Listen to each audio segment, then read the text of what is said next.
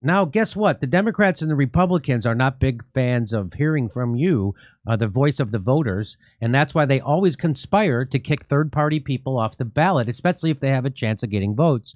And that's what they did in North Carolina, and this is from June 30th. New York, North Carolina board, citing fraud probe, rejects the Green Party for a ballot.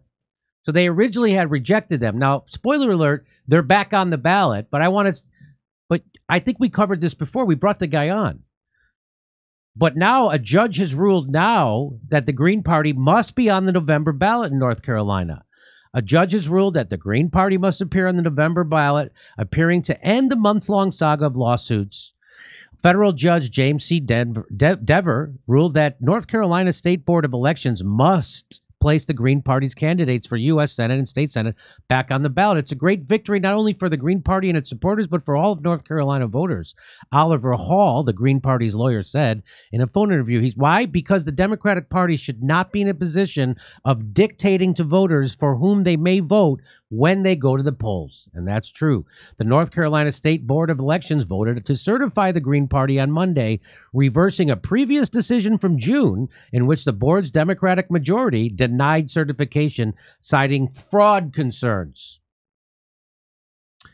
Fraud concerns. So when it's in the Republican Party's interest, so like right now, DeSantis is doing that. He's pretending that there's voter fraud happening, and he's going to crack down on voter fraud. And that's what the Democratic Party, and so the Democrats always say, that's a ruse, that's a ruse. Well, now the Democrats are doing it because there almost never is voter fraud. And now the Democrats are saying, no, there's fraud. There might be fraud in this. So the same shit. Democrats, Republicans, they both work for the same guy. After doing so and finding that the Green Party still had more valid signatures than required to become a new political party, the board voted to certify. However, this vote came after the July 1st deadline for filing new candidates, and the board lacks the statutory authority to extend the deadline. This meant that the final decision would have to go to a judge. And at the state level, the North Carolina Democratic Party filed a lawsuit against the State Board of Elections, arguing that it should not have to certify the party with a fraud investigation ongoing. So the Democrats are saying, we're investigating them. They shouldn't be allowed to be on the ballot. Why? Because you launched an investigation, making it that.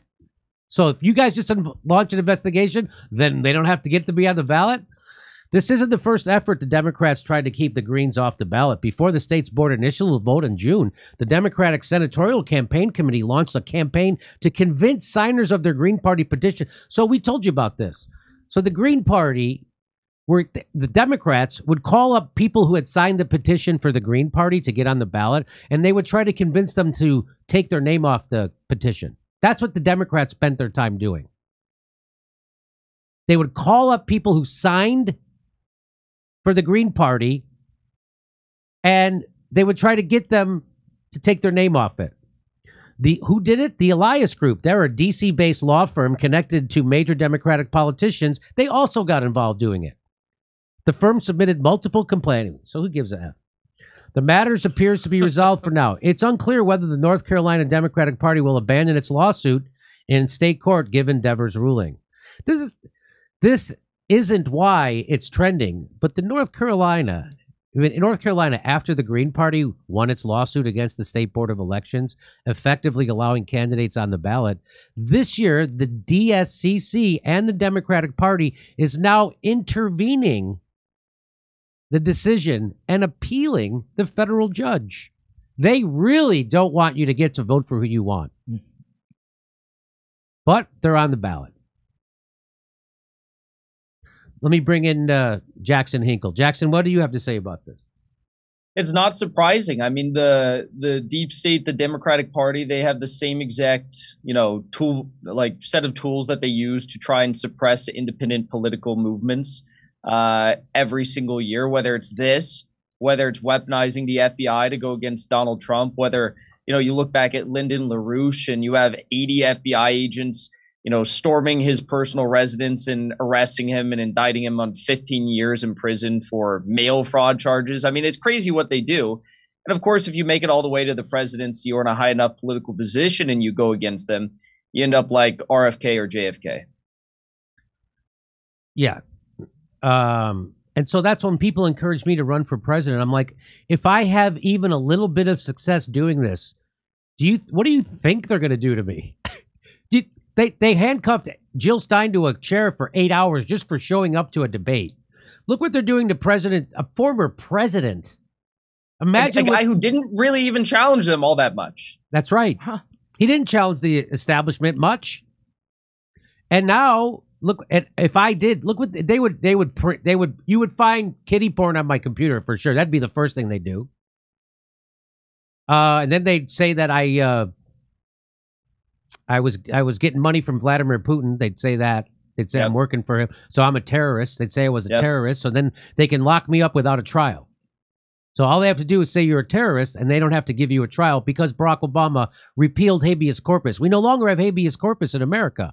That was in the Magna Carta. They got rid of that. They can do anything, Jimmy. There's so many. Look what they're doing to Julian Assange. Look at what they're doing to him. They're with this and then they have this new 80,000 person surge in the IRS. Isn't that what they're doing with the IRS? Yeah, 87,000. And I'm told that they're only going after rich people. Uh-huh. That's what I'm told. Yeah. No, they'll find anything and they'll blow it out into extreme proportions. And yeah, it's a very reasonable concern that you have. As much as I want you to run, it's a very reasonable concern. The first thing they do is take down my channel. Yeah. They would give me 3 community guideline strikes, and that would be it. I'd be done. So I'd only be allowed on Rumble, and I'd only be allowed on Rockfin and Odyssey or wherever else we are. We're not on Odyssey yet. We should get on Odyssey. Speaking of, though, I don't know if you planned on talking about this, but that Steven Crowder guy, I don't agree with him on much, but he got, 3 days ago, he's calling for the dismantling of the FBI, and then magically he ends up banned for 14 days on YouTube 3 days later. No kidding. Yep. But he got banned, and he goes to Rumble. The first day he's on Rumble live streaming, 9 a.m. I think he streams around, 91,000 live concurrent viewers on Rumble watching him. Wow. 91,000. Yeah. I'm hopeful. YouTube is shooting themselves in the foot. The problem is they've got such a huge foot, they can afford it. Well, yeah, I mean, they demonetized Steven Crowder many, many years ago, like they just recently did to me. So they don't even make money off of him. And so what happened to you was cheered on by the Young Turks and people in their orbit. Yep. Yeah, they're all for it. And once I saw that they were for censorship and guys like the people in there, the Irrational National and the Humanist Report, they're all pro censorship. And as soon as I saw that, I was like, these guys are fucking phonies. And I was right. They were phonies. I was surprised. Crystal and Sauger came out and defended me. I was surprised about that. I saw that. That was it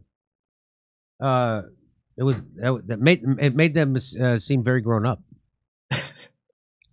Didn't it? Yeah. Because you accurately criticized them. Yeah. So I think they know that your criticisms are accurate. So they're like, hey, the guy's not a bullshitter. So, but at least she didn't book you for an interview and then fucking ghost you, because that's what she did to me. And then pretend that somehow you were the asshole and not her. And by the way, never apologized. Never apologized. Never said she was sorry. Sorry I was such a piece of shit to you. I'm sorry that we were such assholes that even Kyle's own audience ratioed him twice 2 videos about it when you talked about it. That's how big of an asshole Rachel and Kyle were. Not Rachel. Or Crystal. I keep calling her Rachel. Crystal, never recovered. That's how big of a piece of shit they were to me. And they never apologized. Never. No. So that's a lack of integrity. And it's on display for everyone to see. And I'm the fucking idiot pothead comedian. These are the people who consider themselves respectable. And they're anything but. Hey, we're coming to Tulsa, Oklahoma City, Detroit, Los Angeles, Spokane, Tacoma, Denver. Go to jimmydorecomedy.com for a link for all our tickets for all our live shows. See you there.